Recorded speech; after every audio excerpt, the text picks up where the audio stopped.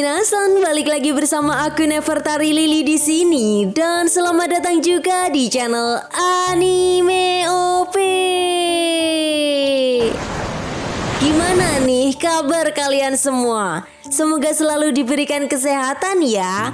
Karena apapun yang kita miliki saat ini adalah hadiah terbaik yang kita dapatkan. Jadi jangan lupa untuk selalu bersyukur, oke?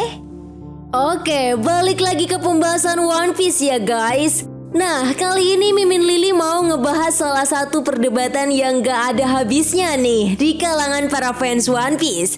Ya, apa lagi kalau bukan, sebenarnya siapa sih yang lebih kuat di antara Dracul Mihawk dan Akagami no Seng? Jujur aja sih, emang cukup sulit untuk menentukan siapa yang lebih kuat di antara mereka berdua.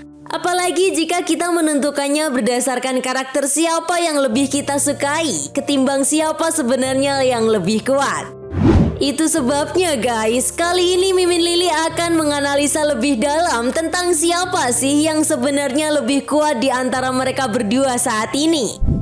Oke deh, tapi sebelum masuk ke pembahasannya, jangan lupa untuk like video ini dulu ya guys, sebagai dukungan kalian semua untuk channel ini ke depannya. Dan tentunya biar aku tambah semangat lagi ngontennya. Nah, jika sudah, terima kasih banyak. Dan yuk tonton videonya sampai selesai ya. Let's go! Oke guys, pembahasan kali ini akan Mimin Lily awali dari informasi yang kita dapatkan tentang kisah masa lalu mereka berdua.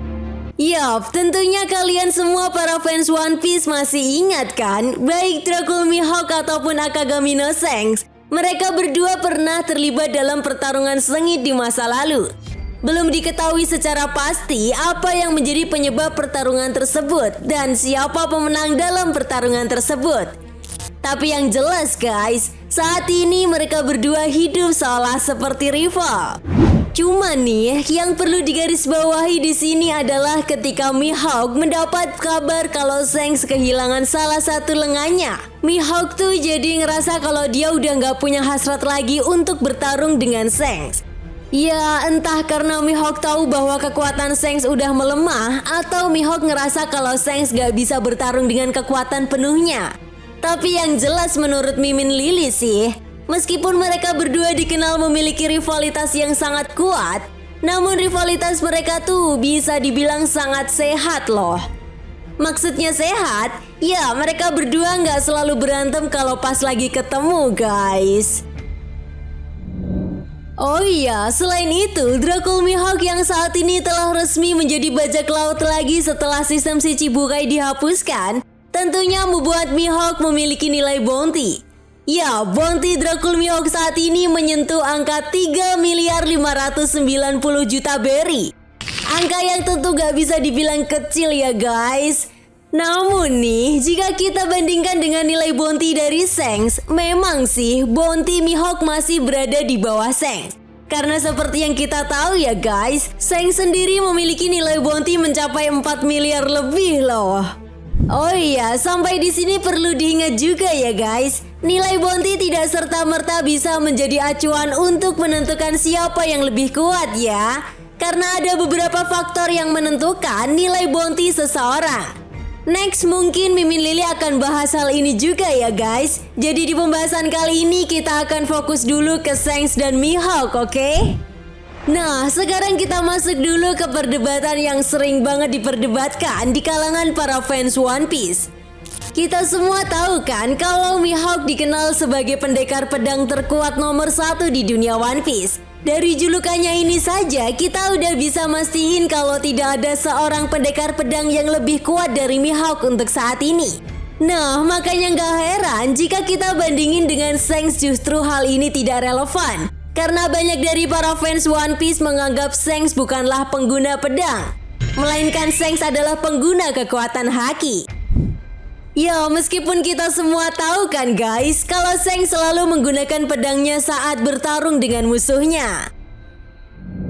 Nah, ngomongin soal pedang, seperti yang dijelaskan oleh Oda Sensei dalam kolom SBS, pedang yang dimiliki oleh Shanks bernama Griffon. Namun belum diketahui pasti apakah pedang milik Shanks ini termasuk dalam kelas 12 pedang legendaris atau bukan. Namun yang jelas, jika kita bandingkan dengan pedang milik Dracul Mihawk yang bernama Yoru, pedang Yoru ini memanglah salah satu dari 12 pedang legendaris. Selain itu guys, pedang Yoru yang sudah menjadi pedang hitam atau pedang Kakuto menjadi bukti nyata bahwa gelar yang dimiliki oleh Mihawk sebagai seorang pendekar pedang terkuat di dunia bukan menjadi omong kosong belaka.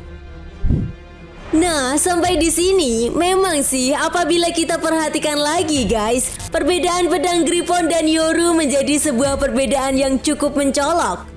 Ya, perlu diingat ya guys, di chapter 955, Hitetsu pernah menjelaskan bahwa pedang Enma belum ditempa menjadi pedang hitam.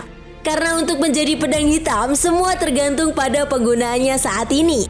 Hitetsu juga menegaskan bahwa pedang Enma masih bisa dinaikkan kelasnya, asalkan Zoro mampu menempanya menjadi pedang hitam. Selain itu, pada One Piece Magazine volume ke-10, kita mendapatkan informasi yang cukup penting mengenai pedang hitam. Yap, di sini dijelaskan bahwa untuk membuat pedang hitam tidak tergantung kepada siapa yang membuat pedang itu sebelumnya. Artinya, si pembuat pedang tidak berpengaruh besar, melainkan tergantung pada seberapa kuat pendekar pedangnya. Nah, sampai di sini sebenarnya udah bisa kelihatan ya guys, seberapa kuat Dracul Mihawk ini. Karena faktanya Mihawk menjadi satu-satunya pendekar terkuat yang masih hidup dan memiliki pedang yang dia hitamkan sendiri. Itu sebabnya jika mengaca dari pertarungan yang terjadi di masa lalu antara Shanks dan Mihawk, Mimin Lily rasa sih Shanks ketika itu pun pasti menggunakan pedangnya untuk melawan Mihawk.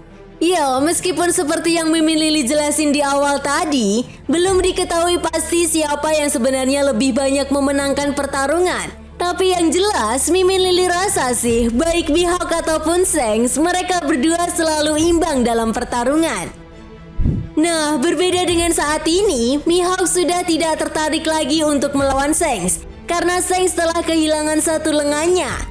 Jelas menjadi sebuah indikasi jika Mihawk mengetahui betul bahwa kemampuan berpedang Shanks sudah menurun akibat kehilangan satu lengannya. Jadi pada intinya, sebenarnya kekuatan Shanks masih tetaplah sama guys. Hanya saja kemampuan berpedang Shanks yang telah menurun, sehingga hal inilah yang kemungkinan besar membuat Mihawk tidak tertarik lagi dengan Shanks. Oke, kayaknya cukup segini dulu ya guys pembahasan kita kali ini tentang siapa yang lebih kuat antara Shanks dan Mihawk.